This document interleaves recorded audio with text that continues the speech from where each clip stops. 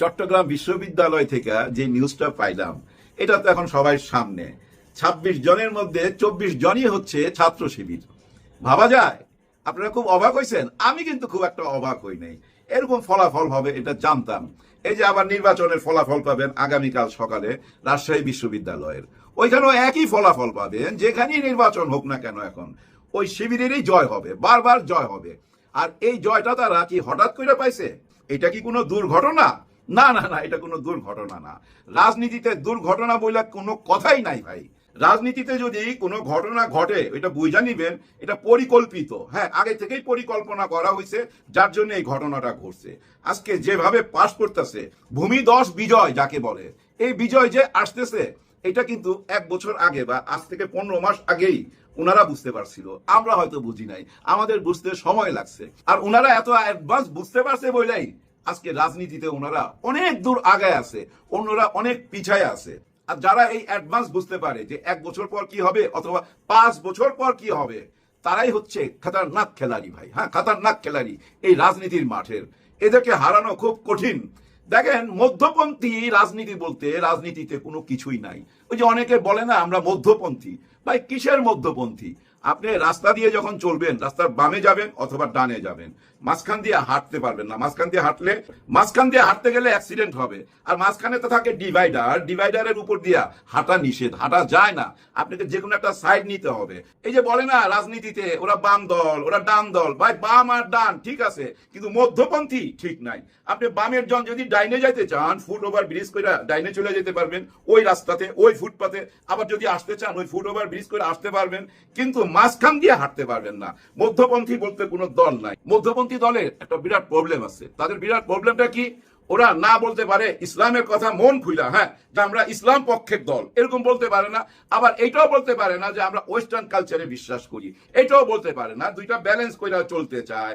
যেমন এই যে নির্বাচন আসলে আমি মাথায় টুপি দুমু, আল্লাহ খোদার কথা কমু, আবার নির্বাচন চলে গেলে অন্য কথা কমু। মানে আমি তো মধ্যপন্থী, আমি সারাক্ষণ তো ওই ধর্মের কথা বললে আমাকে আবার ট্যাগ দিয়ে দিবে যে এরা হলো বামপন্থী। আবার আমি ডান দিকে গেলে বলবে এরা ডানপন্থী। হ্যাঁ ভাই, আপনাকে বাইচা নিতে হবে যে কোনো একটা কিনা। ভাই ব্রাদার, বর্তমানের যুগে, এই যুগে মানুষ বুঝছেন আদর্শটাকেই খুঁজে বেড়ায়। কার আদর্শ কেমন সেটাই দেখতে চায়। ওই যে ব্যক্তি বিশেষ, অমুক নেতা বা অমুকের ছেলে, অমুকের সন্তান হয়েছে বলেই উনি খুব ভালো মানুষ হবে, এটা দেখতে চায় না। দেখতে চায় ওনাদের আদর্শটা কি। এই আদর্শটাকে যারা সামনে তুলে ধরতে পারবে, এই আদর্শটা যারা সামনে তুলে ধরতে পারছে যে ওনাদের আদর্শ কি, ওনারা ভবিষ্যতে কি চায়, ওনারা ক্লিয়ার করতে পারছে। কিন্তু আর এই ক্লিয়ার করতে পারছে বলেই চট্টগ্রাম বিশ্ববিদ্যালয় থেকে এই সুখবরটা পাইছেন আপনারা। প্রত্যেকটা বিশ্ববিদ্যালয় থেকে এই সুখবরটা আসবে।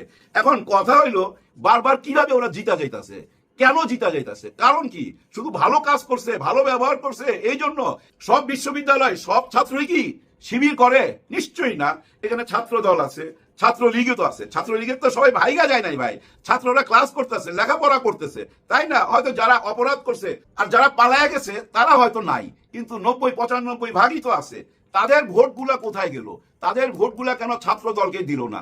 ছাত্র দল আর ছাত্রলীগ ওনাদের তো আদর্শ খুব কাছাকাছি। স্বাধীনতার পক্ষের শক্তি দুজনই, হ্যাঁ, দুজনই স্বাধীনতার পক্ষের। আর স্বাধীনতার বিপক্ষের শক্তি এই ছাত্র শিবির। যে ছাত্র শিবিরকে আমরা জানতাম কাইটা ফালায়, মাইরা ফালায়, কাটেল করে, এই ছিল তাদের ইমেজ। কিন্তু এই ইমেজটা ১.৫ বছরের মধ্যে ঘুরে গেল, সবকিছু চেঞ্জ হয়ে গেল। ৫৪ বছর যা বুঝাইলেন, না ৫৪ বছর না, ৭৭ সাল থেকে, ৭৭ সালে জন্ম এই শিবিরের। শিবির সম্বন্ধে ৭৭ সাল থেকে যা বোঝানো হইলো, আর গত ১৩-১৪ বছর তো শিবির নিষিদ্ধ ছিল। এই নিষিদ্ধ দল সম্বন্ধে আমাদেরকে যে আইডিয়া দেওয়া হয়েছে, ওই আইডিয়া থেকে ছাত্রলীগের ছাত্ররা কাকে ভোট দিবে? ভোট তো দেওয়া উচিত ছাত্র দলকে, তাই না? কিন্তু ওই ভোটগুলা কেন শিবিরে এসে পড়লো? শিবিরে যদি ওই ভোট না পাইতো, ভোটের তফাৎ এত কেন ভাই? শিবির যদি ছাত্রলীগের ভোট না পাইতো, এত ভোট পায় কিভাবে? ভোটের ব্যবধান দেখেন, রাত আর দিন। দেখেন, ভোট গণনা যখন চলতেছিল তখনই তাদের মনের মধ্যে কামড় দিছে, হায় হায়, ডাকসু আর জাকসুর অবস্থা তো আমাদের হইতে যাইতেছে। যার ফলে মিড নাইটে, রাতের ১২টার পরে এই শাহবাগে মিড নাইটে মিছিল বাইরেছে এবং চট্টগ্রাম বিশ্ববিদ্যালয় তো মিছিল বাইরেছে, সারা রাইতেই ভাই চিল্লাচিল্লি করছে এবং শিক্ষককেও 2 ঘন্টা আটকায় রাখছিল। ওনারা কি জানি বলতে চায়, নির্বাচন সুষ্ঠু হচ্ছে না। এই যে একটা কথা, এই কথাটা কি এখন কেউ মেনে নিবে ভাই? মেনে নিবে না। বাংলাদেশের সমস্ত মিডিয়া তো এখানে, মিডিয়া কি বলতেছে? মিডিয়াতে দেখান তো এমন একজন বলছে যে নির্বাচন সুষ্ঠু হয় নাই, বা যারা পর্যবেক্ষক ছিল তারা বলছে নির্বাচন সুষ্ঠু হয় নাই। আসলে মাইনা নিতে কষ্ট হইতেছে, কারণ ওনারা কল্পনা করতে পারে নাই ছাত্র শিবিরের এমন জয় হবে, চারিদিকে জয় জয়কার। আর এই জয় জয়কারের পিছনে শুধু নিজস্ব ভোট না, কিন্তু ছাত্রলীগেরও ভোট পাইছে, ছাত্র দল পায় নাই ছাত্রলীগের ভোট। এটা আপনারা কনফার্ম থাকেন। কেন এতটা কনফার্ম করতেছি আমি? দেখেন ভাই ব্রাদার, সাধারণ জ্ঞানের কথা, গত 14-15 মাসে আমরা সারা দেশে যে অবস্থা দেখছি এগুলার মুখে আনতে চাই না। যে অরাজকতাটা হয়েছে, এরকম অরাজকতা কি বিশ্ববিদ্যালয়ের ভিতরে হয় নাই? ছাত্রলীগের কর্মীর উপরে কি কোনো জুলুম হয় নাই? যারা ছাত্রলীগ করতো তাদেরকে কি ধরা হয় নাই? তাদেরকে ধইরা মামলাতে দেওয়া হয় নাই? সারা দেশে কি মামলা বাণিজ্য হয় নাই? এই যে সারা দেশে যা কিছু ঘটতেছিল এগুলো আমরাও দেখতেছিলাম, ছাত্র সমাজও দেখতেছিল। আর ভিতরে ভিতরে ছাত্র শিবির কি করছিল?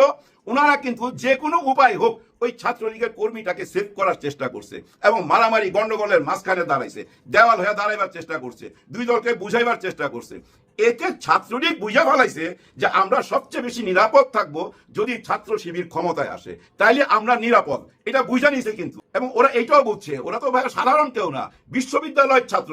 বিশ্ববিদ্যালয়ে যাইতে হইলে বহুত স্তর পার হয়ে যাইতে হয় ভাই, মাদ্রাসা, স্কুল, কলেজ, তারপরে বিশ্ববিদ্যালয়, অনেক বড় ব্যাপার। কিন্তু ওদের কিন্তু বুদ্ধি শুদ্ধি আছে, ওরা অ্যাডভান্স বুঝা ফেলাইছে যে এরাই ক্ষমতা যাইব, ওদের সঙ্গে থাকি, ওদের ছত্র ছায়া থাকলে আমরা নিরাপদ থাকবো।